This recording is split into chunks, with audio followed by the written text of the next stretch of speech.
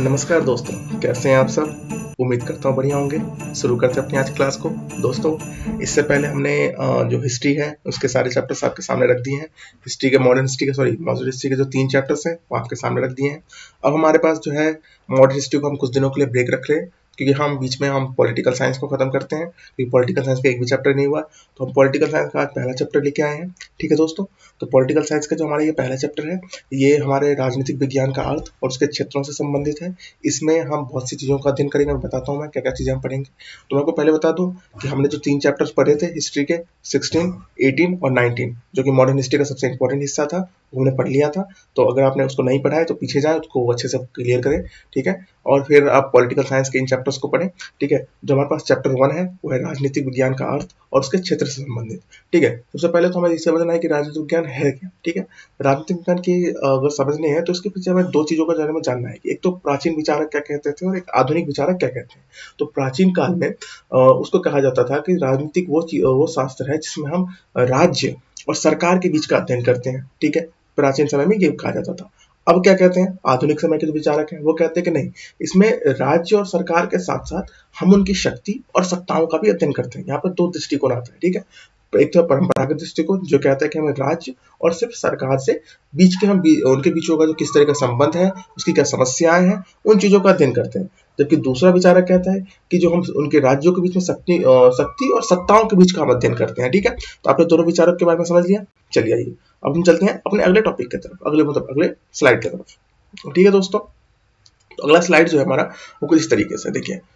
अगले में हम कहते हैं कि राजनीतिक विज्ञान के अंतर्गत हम राज्य और राज्य व्यवस्थाओं का अध्ययन करते हैं। बहुत अच्छी बात है, लेकिन इसके अंदर हम और चीजों का क्या क्या अध्ययन करते हैं और क्या क्या चीजें हैं। देखिए, इसमें राज्य और राज्य व्यवस्था के अंतर्गत चीजें जो आती है वो आती है सरकार, शक्ति, मानवाधिकार और उनकी राजनीतिक व्यवहार। मतलब सरकार जो राज्य होते हैं, राज्य की जो सरकारें होती हैं, उनका जो राजनीतिक व्यवहार है किस तरीके से, और जो राजनीतिक समस्याएं हैं, इन सभी का अध्ययन करते हैं। और साथ साथ न केवल अध्ययन करते हैं बल्कि इसका समाधान निकालने का भी प्रयास करते हैं। ठीक है, राजनीतिक विज्ञान के अंदर हम इन चीजों को अध्ययन करते हैं। ठीक है, अब आते हैं राजनीतिक विज्ञान का अर्थ क्या है। देखिए, राजनीतिक विज्ञान की जो स्थापना है, राज्य की स्थापना और सरकार के सिद्धांत ही इसका अध्ययन है। बेसिक फॉर्मूला है इसका, ज्यादा दिमाग नहीं लगाना, बस ये याद रखना कि राज्य की स्थापना किस प्रकार से होती है और राज्य के सिद्धांत कौन कौन से जिनका हम अध्ययन करते हैं। यही है इसकी परिभाषा, सिंपल सी परिभाषा, ज्यादा दिमाग नहीं लगाना।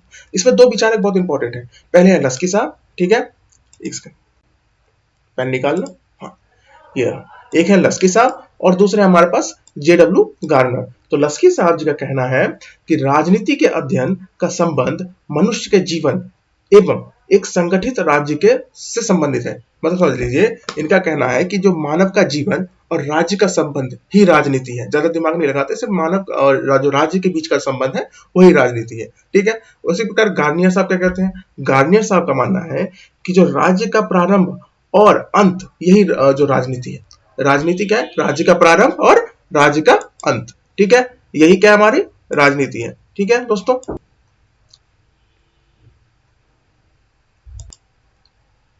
हाँ तो ठीक है दोस्तों, आगे चलते हैं। ठीक है, जब हमने 2 विचारक के बारे में पढ़ लिया, अब हम चलते हैं आगे। ठीक है, आगे क्या कहते हैं, राजनीतिक विज्ञान का जो बदलाव है, मतलब बदलता अर्थ और उसका क्षेत्र। देखिए, राजनीतिक विज्ञान का जो क्षेत्र है वो हमेशा से बदलता रहा है। जाहिर सी बात है, हर सब्जेक्ट के हर जितने भी विषय रहते हैं उनका क्षेत्र बदलता है, उनके अर्थ बदलते हैं समय के साथ।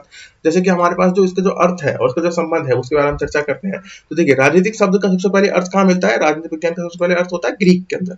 ग्रीक में इसको कहते हैं पॉलिस। किसको, राजनीति को। पॉलिस का मतलब वहाँ की नगर राज्य व्यवस्था होती है, नगर राज्य, उसका वर्णन होता है। और नगर राज्य में कौन होते हैं, राज्य और सरकार। ठीक है, और ये किसके लिए काम करती है, ये काम करती है शक्ति के लिए। ठीक है, बस इतना सा फॉर्मूला है। इसी का मतलब यही इसका शुरुआती फेज होता है, स्टार्टिंग फेज यही है कि राजनीतिक विज्ञान जो है वो सबसे पहले पॉलिस कहा जाता था ग्रीक के अंदर, और इसका अर्थ होता है नगर राज्य। और नगर राज्य में हम राज्य और सरकार के बारे में अध्ययन करते हैं, और जो सरकार और राज्य का अध्ययन है ये किसके लिए होता था, शक्तियों के लिए। ठीक है, तो यही चीजें बस इसके लिए इंपॉर्टेंट थी।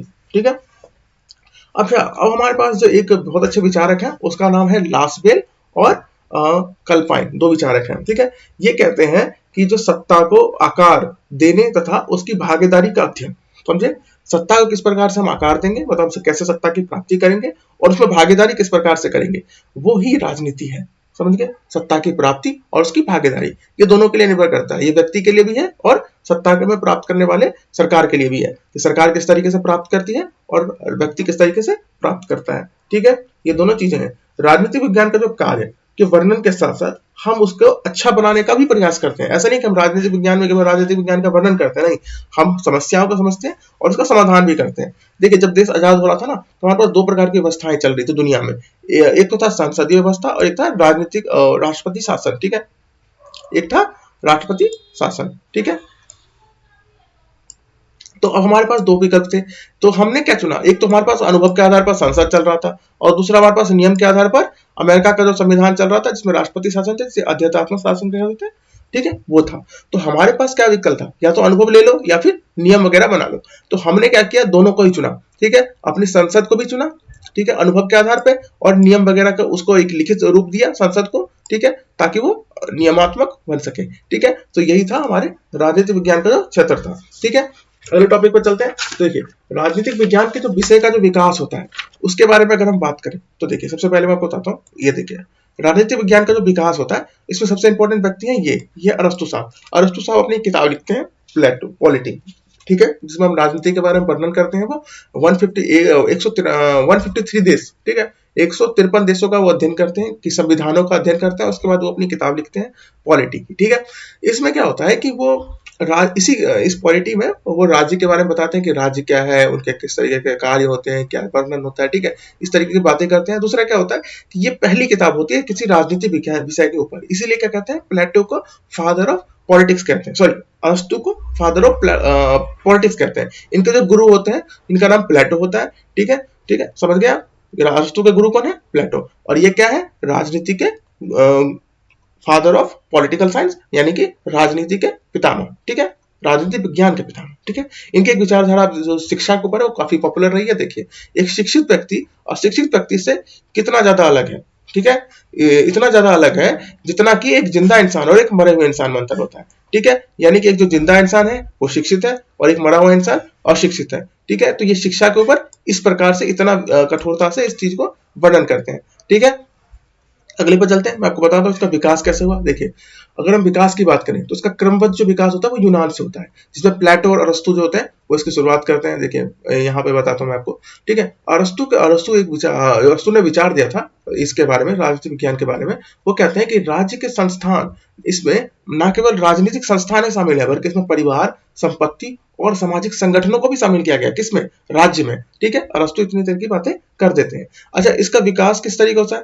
ठीक है, राजनीति का विकास देखिए, ये पूरा एक लेयर है, ये समझिए इस पूरे लेयर को। सबसे पहले ग्रीक में इसकी शुरुआत होती है, जैसे मैंने बताया यूनान के बारे में। ठीक है, यूनान जो थे वो ग्रीक था।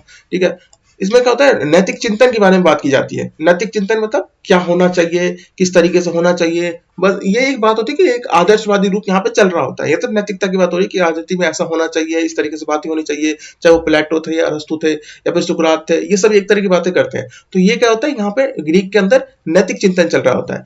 जब रोमन का टाइम आता है तो ये क्या होता है, ये वैधानिकता बन जाती है, कानूनी रूप ले लेता है कि नहीं, ये तो होगा ही होगा। ठीक है, इससे अलग आप नहीं हट सकते। ठीक है, यहाँ पे रोमन, जब रोमन काल आता है, ये देखिए रोमन की जो सत्ता होती है कहां से कहां तक होती है। देखिए, जब रोमन आता है तो देखिए जो रोमन होता है, देखिए पूरा यूरोप और पूरा अफ्रीका ये रोमन सत्ता के अंदर आ जाता है। ठीक है, तो रोमन सत्ता के अंदर ये चीजें शामिल की जाती है। अब क्या हो रहा है कि जो रोमन सत्ता जो होती है धीरे धीरे अपने उफान पर से खत्म हो जाती है, जब इनका फॉल डाउन हो जाता है मध्यकाल के अंदर में। तो इसके बाद क्या होता है, चर्च की शक्ति बढ़ जाती है। अब चर्च जो होता है वो सारे फैसले लेने लग जाता है कि क्या होगा, क्या नहीं होगा, कैसे करना है, नहीं करना है। जब चर्च की सत्ता कमजोर हो जाती है, उसके बाद आती है औद्योगिक क्रांति। औद्योगिक क्रांति में क्या होता है, पूंजीवादी सरकार का जन्म हो जाता है, पूंजीवादी लोगों का विकास होता है। और इस दौरान क्या होता है औद्योगिक क्रांति में, कि जो राज्य की भूमिका होती है अब केवल आंतरिक कानून और बाहरी सुरक्षा तक निर्भर है। अब राज्य व्यापार के माध्यम से, अब राज्य मार्केट में कम से कम दखल देगा। ठीक है, ये होता है राजनीति औद्योगिक क्रांति के अंतर्गत। कि अब जो राज्य है वो क्या करेगा, राज्य क्या करेगा, अब राज्य का जो मुख्य कार्य था पहले कि हर चीजों को ध्यान से देखना। देखिए, औद्योगिक क्रांति में क्या हो रहा है, नई नई सड़कें बन रही है, लोग फैक्ट्री मजदूर में काम कर रहे हैं। ठीक है, तो औद्योगिक क्रांति के अंदर क्या हो रहा है, पूंजीवाद का जैसे ही जन्म होगा, पूंजीवाद क्या करेगा, को बड़ी बारीकी से इन चीजों को रखेगा अपने पास। ठीक है, आगे चलते हैं। जब औद्योगिक क्रांति के बाद क्या आता है? व्यवहारवाद। व्यवहारवाद क्या होता है? देखिए, दूसरे विश्व युद्ध के बाद अचानक से क्या होता है, समाज में बदलाव हो जाता है, अमेरिका में खास करके, ठीक है, अमेरिका में जो व्यवहारवाद होता है उसके मतलब इसका बदलाव होता है। इसमें क्या होता है, व्यवहारवाद के अंदर में अभी तक किस चीजों का अध्ययन किया जा रहा था? अभी तक अध्ययन किया जा रहा था सत्ता के बारे में, अभी तक अध्ययन किया जा रहा था जो राजनीतिक संस्थाएं थी उनके बारे में, कि संस्थाएं क्या काम करती है, किस तरीके से काम करती है। लेकिन व्यवहारवाद में क्या होगा, जो संस्था के जो लोग चलाते हैं उनका व्यवहार किस तरीके से, इसका अध्ययन किया जाता है। बस इसमें इतना पॉइंट है कि व्यवहारवाद में व्यवहार का अध्ययन किया जाता है, किनका? जो राजनीतिक संस्थाओं को चला रहे हैं उन व्यक्तियों का, उनकी निजी जिंदगी के बारे में, उनके कौशल के बारे में, उनके व्यवस्थाओं के बारे में, उनकी क्या सोच है, क्या प्रदर्शन है, इस तरीके से चीजें व्यवहारवाद को जन्म देती है। ठीक है, इसमें क्या होता है, सरकार द्वारा नीतियां होती है, उनका प्रभाव किस तरीके से व्यक्ति पर पड़ेगा, इसका वर्णन किया जाता है व्यवहारवाद में। ठीक है, तो इससे हम समझ गए। अब देखिए, इसके बाद क्या होता है कि एक बहुत इंपॉर्टेंट इश्यू हो जाता है शुरू में, कि वो होता है उदारवाद और मार्क्सवाद का। ठीक है, एक छोटा सा विचारक है, यहाँ पे मैं आपको समझा दूं, थोड़ा सा राजनीतिक सिद्धांत है, ये किताब में अंदर थोड़ा सा पॉइंट दे रखा था, वो मैंने पढ़ लिया था, तो बताता हूँ। देखिए, मार्क्सवाद और उदारवाद में सिर्फ इतना ही संबंध है कि उदारवाद क्या होता है कि व्यक्ति को केंद्र में रखता है, और वो कहता है कि राज्य को सारी शक्तियां व्यक्ति के अंदर दे देनी चाहिए, और इसी के इर्द गिर्द सब कुछ चलेगा। ठीक है, इसके बाहर कुछ नहीं होना चाहिए, मतलब व्यक्ति ही प्रमुख है।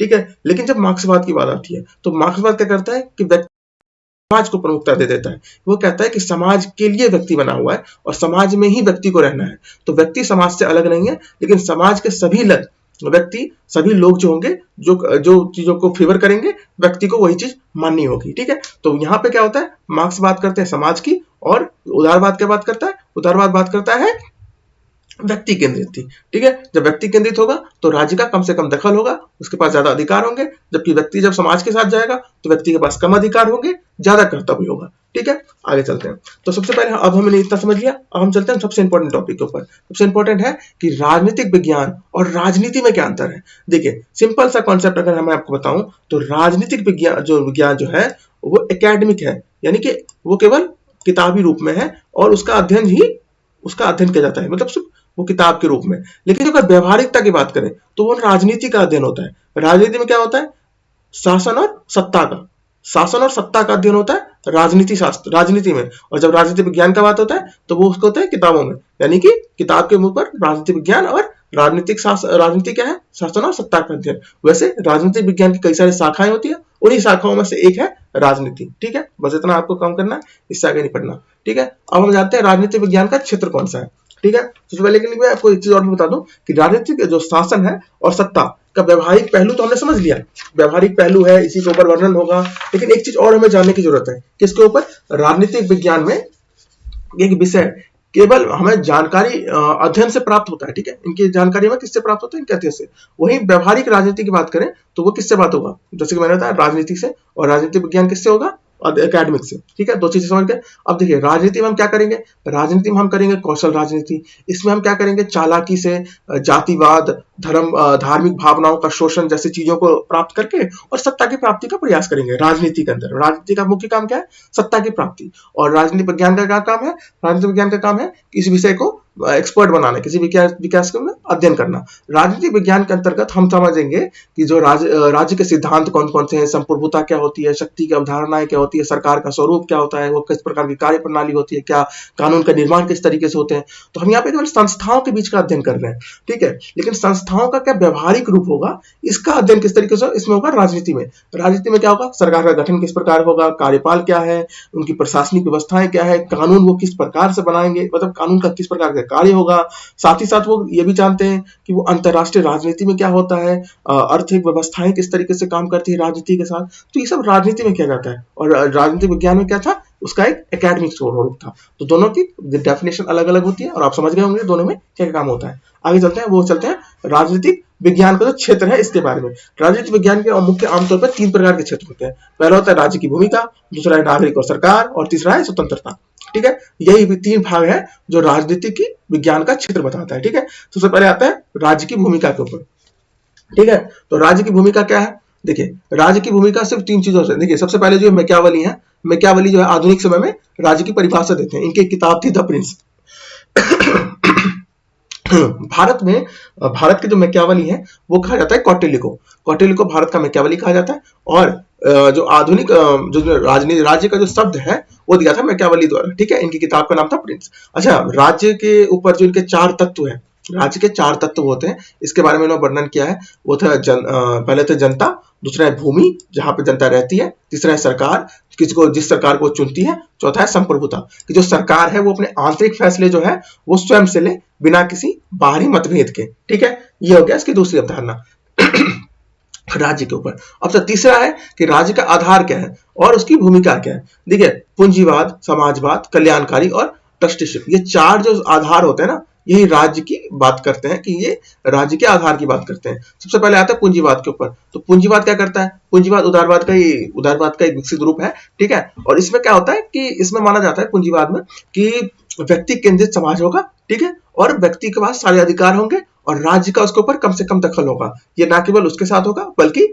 बाजार के साथ भी होगा। बाजार में भी राज्य का कम से कम दखल होगा। अगला है समाजवाद। समाजवाद में क्या होगा कि सब कुछ सरकार के पास होगा और सारी शक्तियां सरकार पर निर्भर कर देगी। सरकार सभी व्यक्तियों को बराबर का अधिकार देगी, बराबर के कर्तव्य देगी और संसाधनों का जो बंटवारा होगा वो सभी व्यक्तियों में बराबर रूप से किया जाएगा। ठीक है, इसमें किसी व्यक्ति के साथ विशेषाधिकार नहीं होगा। ठीक है, ये सभी चल रहा होता है। देखिए, पूंजीवाद सबसे पहले आता है देश में। जो पहली किताब होती है एडम स्मिथ की, उसके साथ साथ पूंजीवाद का विकास हो जाता है। दूसरी बार पूंजीवाद को जो एक विरोधी स्वरूप होता है, जो दूसरा ऑप्शन होता है, वो होता है मार्क्सवाद का। ठीक है, मार्क्सवाद को समाजवाद भी कई बार रूप में कहा जाता है। तो जो मार्क्सवाद का जो दूसरा रूप है, इसमें क्या होता है, सब कुछ अब सरकार के पास चीजों में चली जाती है, क्योंकि जब रूस की क्रांति हो जाती है उसके बाद सब कुछ सरकार के पास चला जाता है। तीसरी अवधारणा होती है कल्याणकारी राज्य की। ठीक है, कल्याणकारी राज्य की शुरुआत कहां होती है? अमेरिका के अंदर। अब देखिए, पूंजीवाद जो था वो चल रहा था एक तरफ, और जो पूंजीवाद की कई सारी नकारात्मक चीजें थी जिसका समाजवाद ने उठाया, तो समाजवाद ने उसको एक विस्तृत रूप देने की कोशिश की और पूंजीवाद की आलोचना करने का प्रयास किया। ठीक है, अब पूंजीवादी देशों में क्या हुआ कि इस चीजों के ऊपर वो भी जोर करने लगे कि सच में समाजवाद सच में बेहतर है, क्योंकि पूंजीवाद में ये समस्याएं तो है। तो इन समस्याओं को दूर करने के लिए, पूंजीवाद की इन समस्याओं को दूर करने के लिए पूंजीवादी देशों में कल्याणकारी राज्य की अवधारणा का विकास हुआ, जिसमें मजदूरों का अधिक से अधिक कल्याण किया जाए। राज्यों जो हम अब कल्याणकारी भावनाओं के रूप में काम करेगी।